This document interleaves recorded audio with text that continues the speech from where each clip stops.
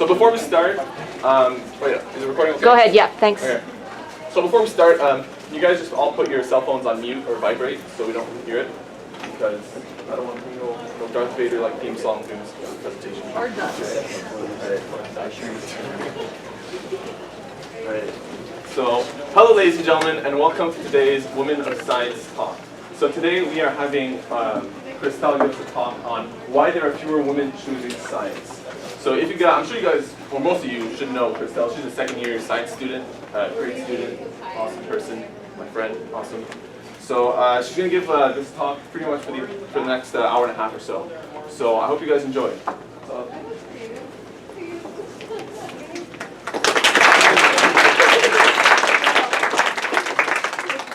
Good afternoon, everybody, and welcome.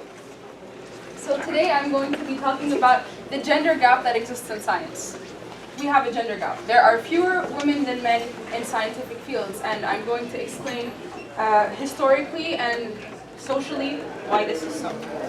I would like to start off by saying thank you to Ms. Stephanie Falkai and to Ms. Monica Mena for setting this up for me and for helping me throughout the making of this presentation. And thank you to all of you who have attended here.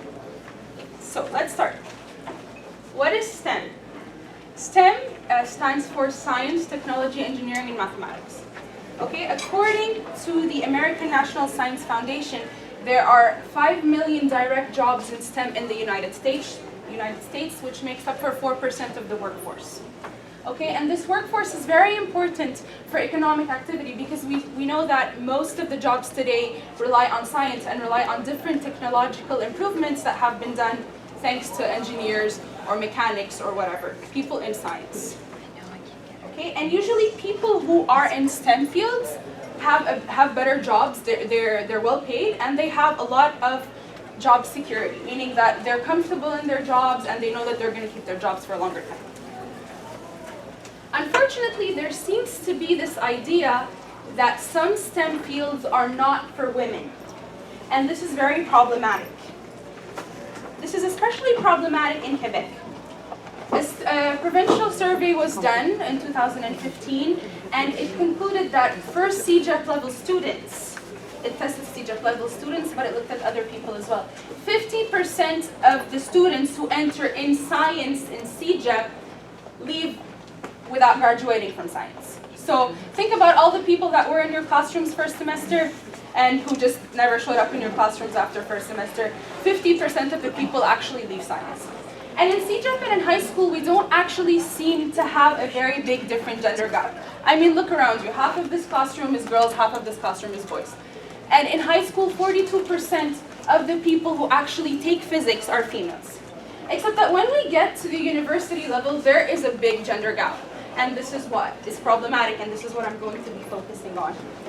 It's also important to note that Quebec actually graduates less people in STEM than other developed OECD countries. So, what's the problem here? Only 22 to 30% of university students in mathematics, computer, architecture, information science, and engineering are women. So, there's a big gender gap. This is a problem because we need women in our scientific fields. And it's very interesting to see that science is the only academic domain in which there are always more women than men who leave at every stage of education.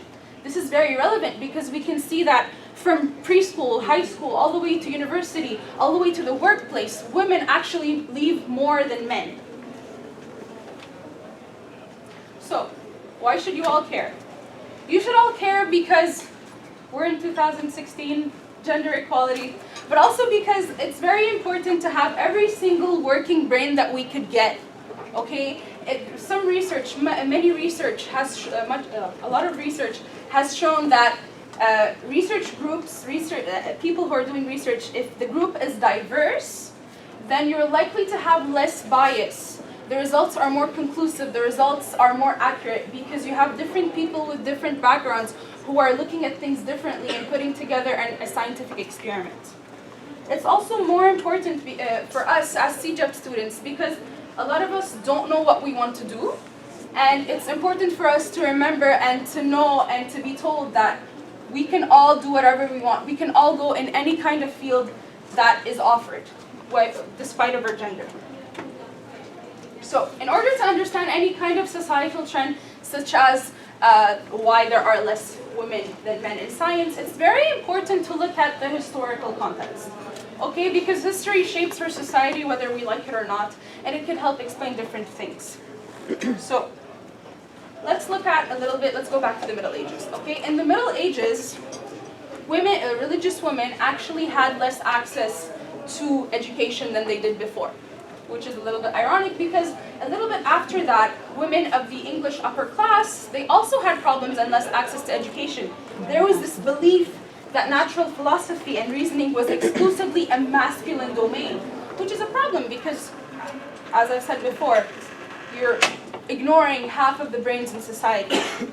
Okay, and also during the 18th, 19th century, we had the printing that was offered for women. There were more opportunities, except that women weren't given the advantage of printing, weren't given the advantage of the increase of the application of the scientific method.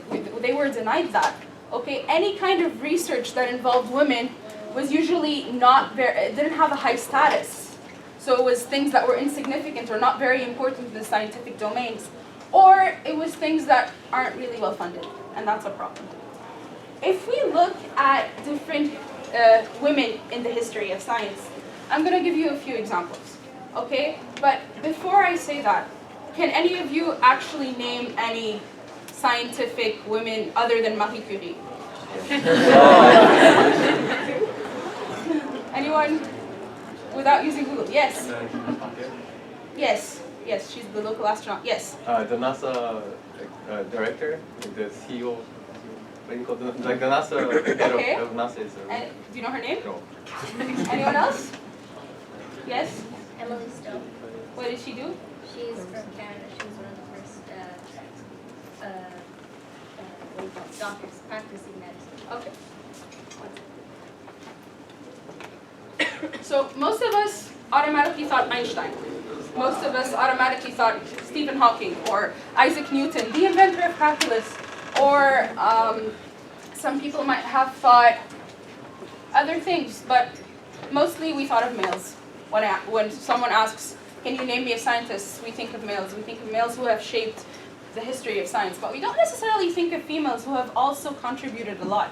Here we have a physicist called Mary Somerville. She lived in the 19th century. She was one of the first two women to gain access to the Royal Astronomical Society in England. And what's ironic is that this woman is a physicist who wrote books about physics and astronomy. And what was she remembered for? She was remembered for being a moderate and modest, loving wife and mother.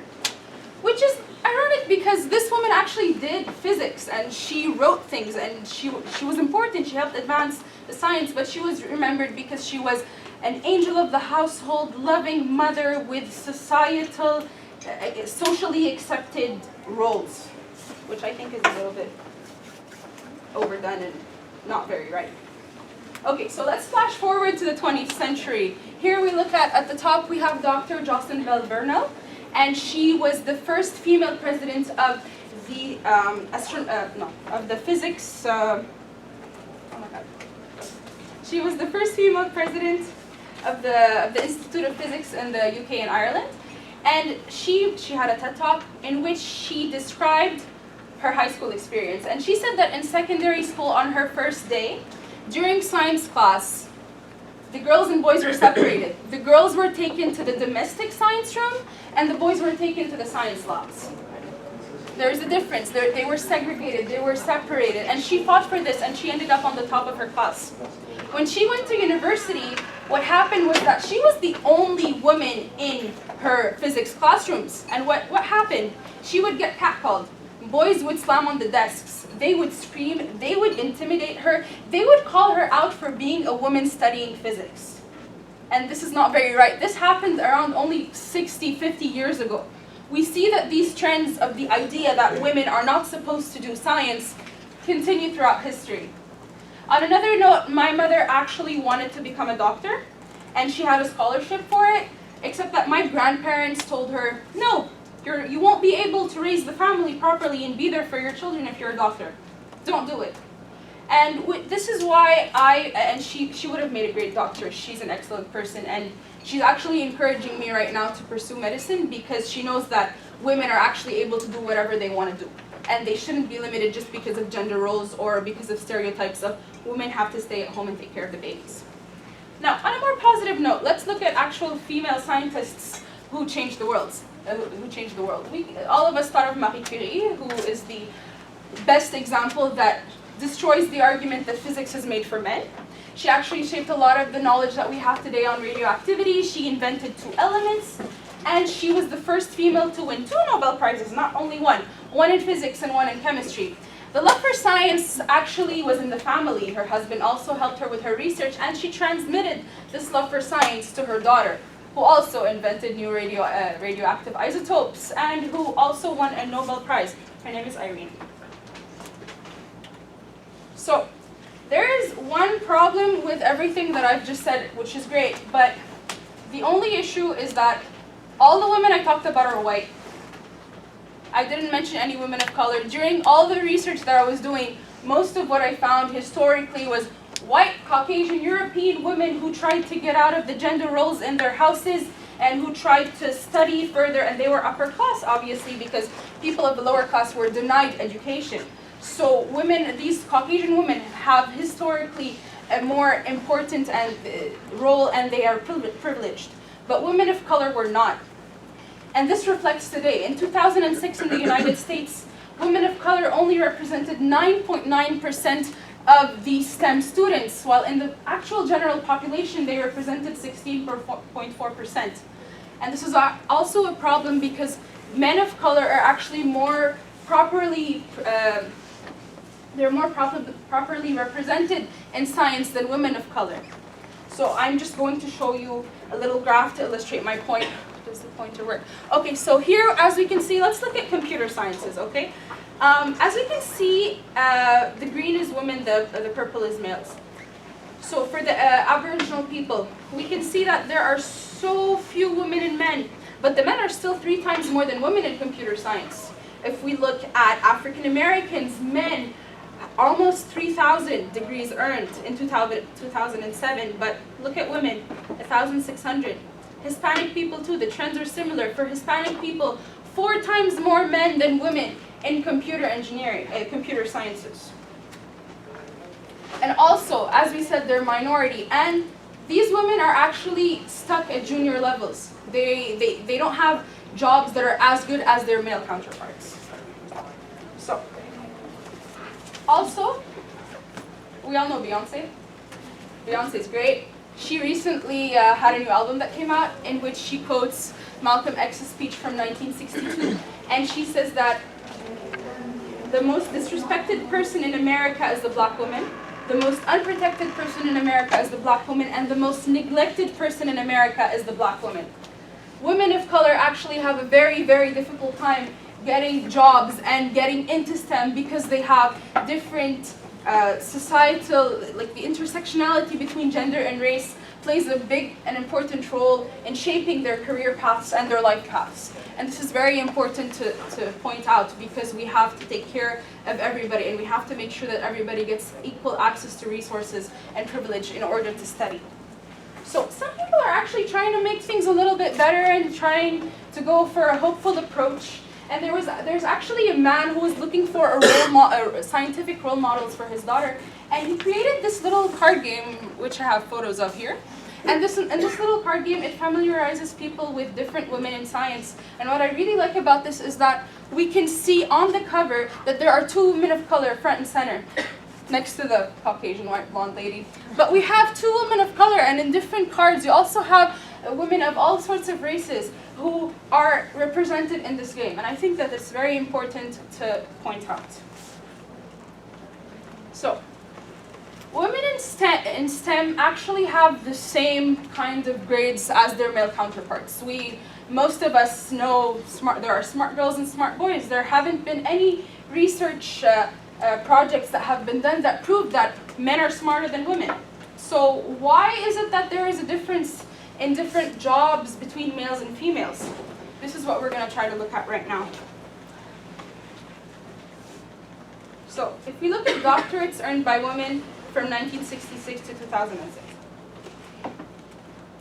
The first thing we notice is that it's great. There are increasingly more women in 2006 than in 1966 in all of the fields that we see. We have biological and agricultural sciences, earth sciences, chemistry, math, computers, engineering, and physics. So what we can notice here is that there are a lot of more women in biology than there are in physics. And there are different factors that could explain this. One of the research papers I looked at suggested that women, because of gender roles, were more likely to choose jobs that had a clearer social purpose, which is why we see a lot of women in earth and biological sciences, and a lot less, in more abstract fields such as physics and engineering.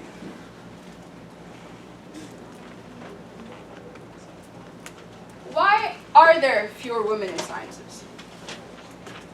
Is it a myth or a reality that men are genetically better than women with spatial skills? Does anybody know?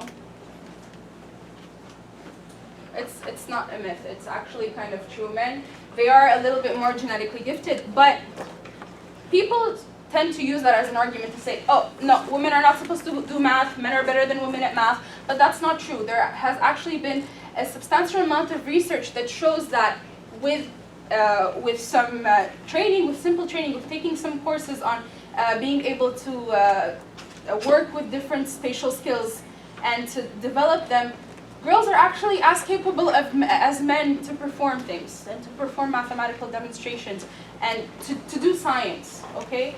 And a proof to this is that around 30 years ago, for 13-year-olds to score an average of 700 on an SAT math test, the ratio of men to women was 13 to 1. If we look today, 30 years later, the ratio is 3 to 1. What has changed? Women have more access to education. So, all of the studies that have shown that there is some biological effect on the capacity of women and men to do science have stated that there is a more important role that is played, and that is the societal role. All societal and cultural factors have a stronger implication on this domain than biological factors. So here I'm going to bring up an example that a lot of us know, probably, the show The Big Bang Theory. Okay, it portrays different stereotypes that the media shows of women. And these stereotypes are created by gender roles, which play an important part in the differentiation between the amount of women and men in science. If you can look at this poster of women and men, we know that, for those of you who don't know, The Big Bang Theory is about different physicists that live with their girlfriends, and they just have really weird chemistry between them. That was a pun. And what they do is they make jokes, and the guy in the middle named Sheldon Cooper just talks about physics all day and has a monotone voice and has a preferable place on the couch, and it gets boring after 4 seasons. Okay, so as we can see, guy over here, engineer. Sheldon Cooper, physicist, string theory, great. His friend Leonard, also a physicist. I forgot his name. Also a physicist. All the men are either engineers or physicists. But let's look at the women, okay? Neuroscientist who lives alone and has to be set up on a date with Mr. Sheldon himself, the socially awkward person, by her mother because she does not leave the house. She's a scientist who just is really bad, has no sex appeal, is just stuck in her corner, and all she does is work, work, work, science. We have the other woman who is a biologist who, okay, she has a decent life, except that she's married to this loser. And this defines her in the show more than the fact that she's a scientist. And here we have the woman who is in front. She is the dumb blonde who has not a single scientific cell in her body. And she's pretty. She's a struggling actress. She's actually the woman who is the most shown on the show. She was the first woman on the show, and the others were added in subsequent seasons. So as you can see, that this show just basically sends out the message to women that, hey, if you're a woman in science, you're a loser. And if you're not a woman in science, you're pretty and you're great. Science is not made for you, basically. So this just portrays different negative stereotypes. Now I'm going to show you a video of a different stereotype. And this stereotype is that women in engineering are supposed to look a certain way.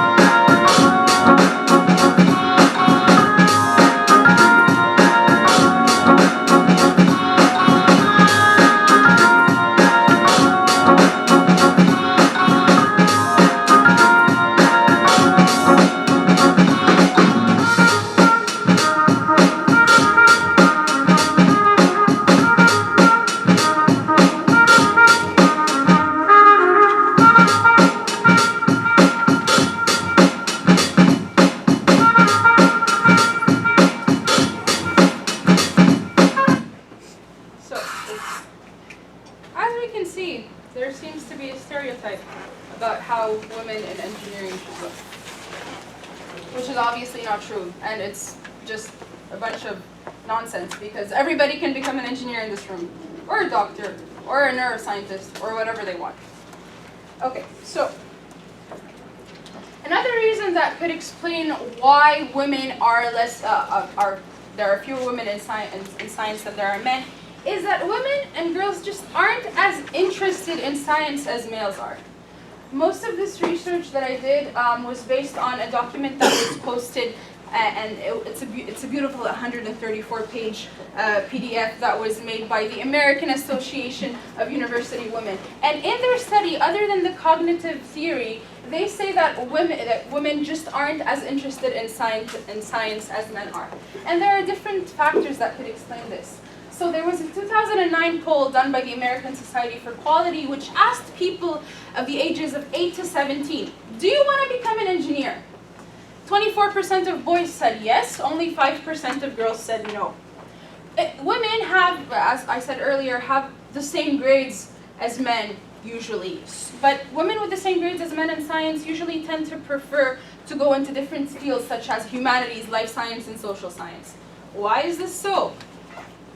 Because of their environment, because of people telling them that they can or cannot do. A lot of girls have this idea ever since they're small that girls are supposed to be pretty and they're supposed to do nice things like look after their families, and they're supposed to become teachers or things that just aren't masculine, such as becoming an engineer or a software developer. So they have this misconception that STEM is inappropriate for them, okay? And it's actually been proving that telling a girl that she can do math will actually improve her grades, and also the inverse. Telling a girl that she is not able to do math will actually reflect in her ability to do math. It lowers her performance.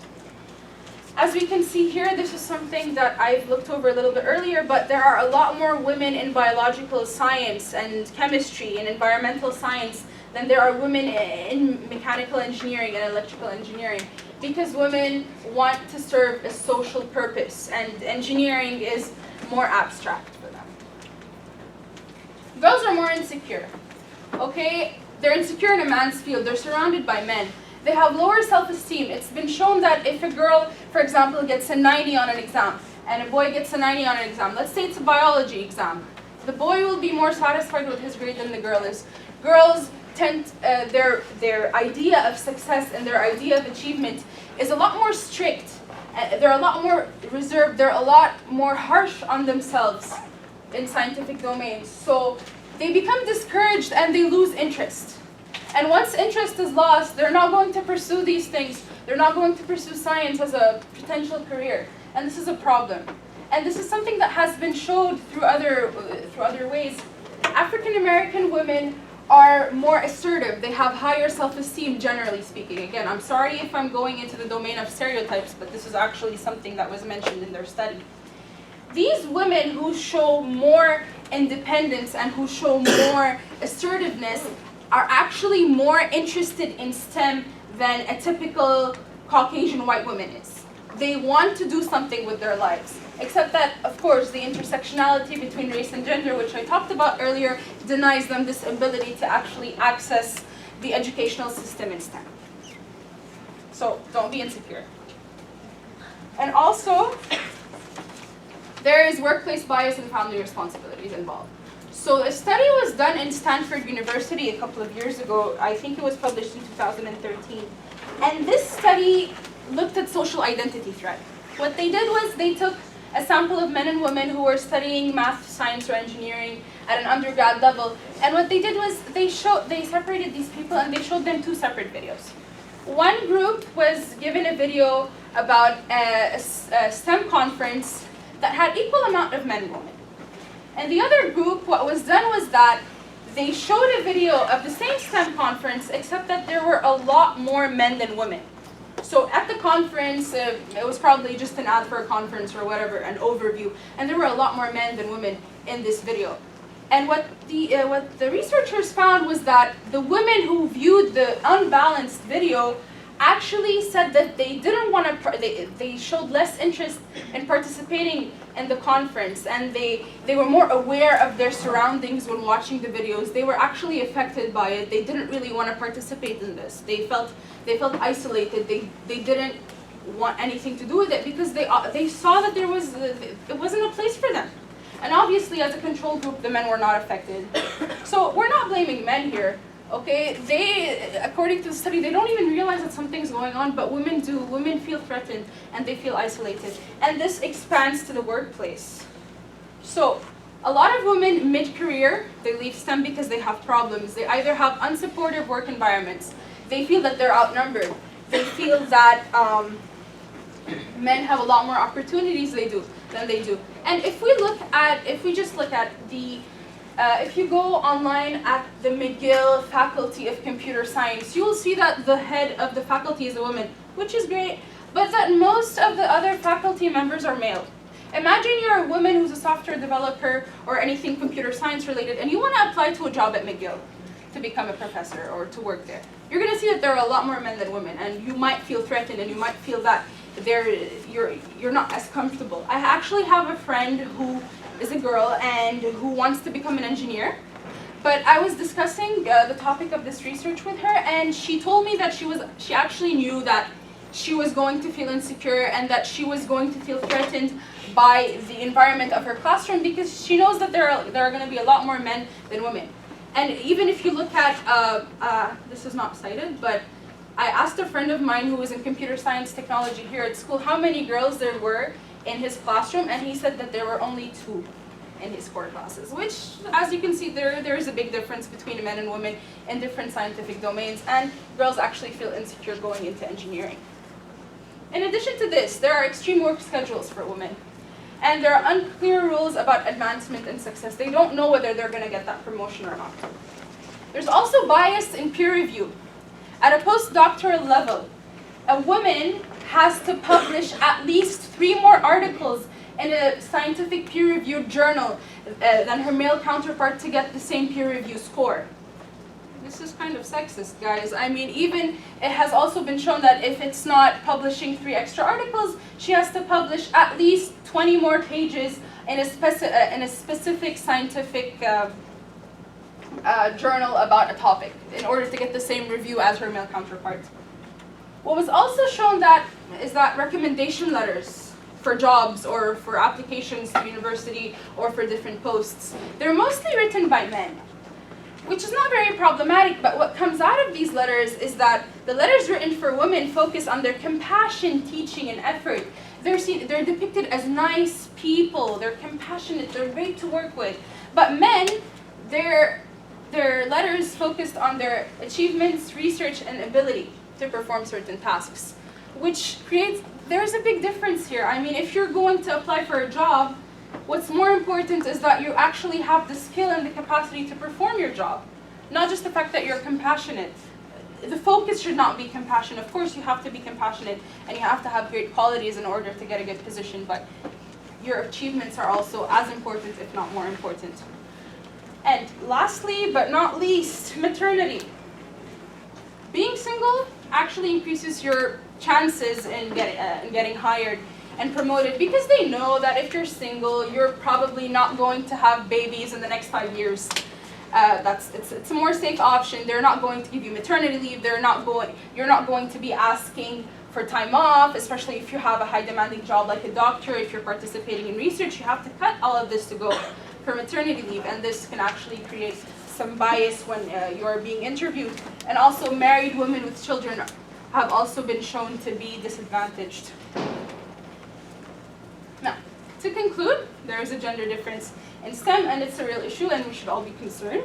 There have been initiatives taken in order to improve. As we can see, there were a lot less women in science 60 years ago than there are today, and it's great, and we should continue working on this level. And another thing that Jocelyn Bell-Burnell said in her TED Talk was that all the initiatives to try to include women in science and to raise the amount of women in science are all small. They're all local level. They're all in a college institution, or here, like here at Bani, or they're all small initiatives that aren't on the global level, that aren't on a national level. And that's also important, but we should keep on encouraging these small little initiatives in order to actually get more women in science and to get them interested.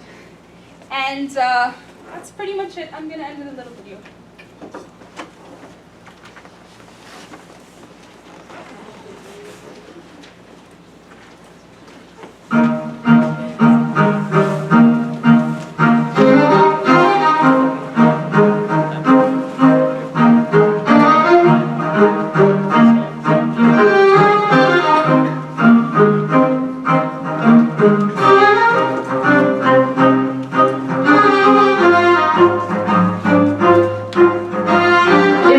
Makes you weird.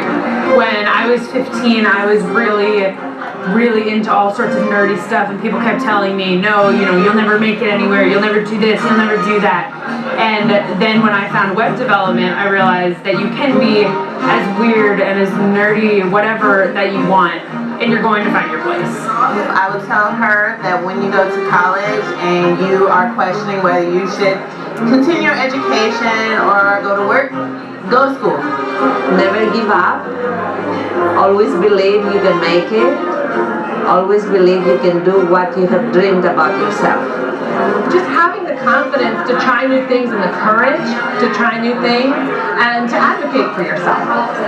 Find the adults in your life who are your advocates and hold on tight, because those are the people who later in life, if you stay in touch with them, will help you get your first job, help you get the job of your dreams, help you become your best self.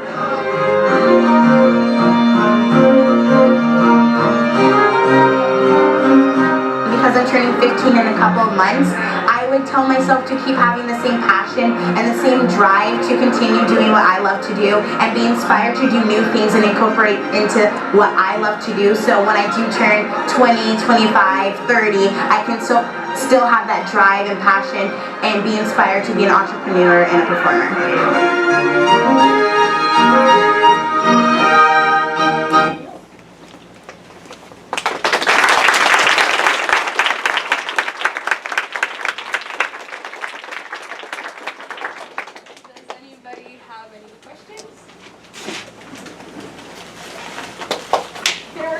No. You had mentioned something about the peer review score. Yes. How is that data collected? How is I wasn't actually sure. I'm not really sure about that, but in there, I'm just wondering if it's a computer generated, because sometimes when you go and you look at the review section and you see number of first author papers that are cited, so if my first author paper is cited, I might get a point, or or your second author, maybe it's an assist in hockey. I don't really know. I'm just curious if you knew. Yeah, okay. No, because I got this from the actual the PDF about why there are fewer women in science, and I didn't look at the primary source. It was a secondary source that was cited. Yeah. Yes. You said that both women and men have the same capacity to do science. I'm just wondering why the numbers then show that there's 3-to-1 and 13-to-1. Is that because of their encouraged the math numbers you showed? Is that because they're encouraged to do math, or? Well, if you look at 30 years ago and if you look at today, the level of education is different. Okay, and in the United States, women are going more and more women are going to school, and they're being actually told that they can do math. There are different factors such as the encouragement of young girls to do math that have been incorporated more and more lately, so that actually makes them perform better. Anything else? Are you saying there's there's a gap, so that's why it's not 1-to-1? It's Yeah, there's still a gap. There's still a gap, but you know what? It's getting better, and we should hope for the best. So yeah. Anybody else? Do you want to give her the gift, Justin? All right, so a huge thank you to Chrystelle and everyone who organized, helped organize. Monica, Stephanie, and anyone else who helped. So, actually, I believe Monica and Stephanie actually got a present for Chrystelle. So here you go, Chrystelle. Thank you. Thank you.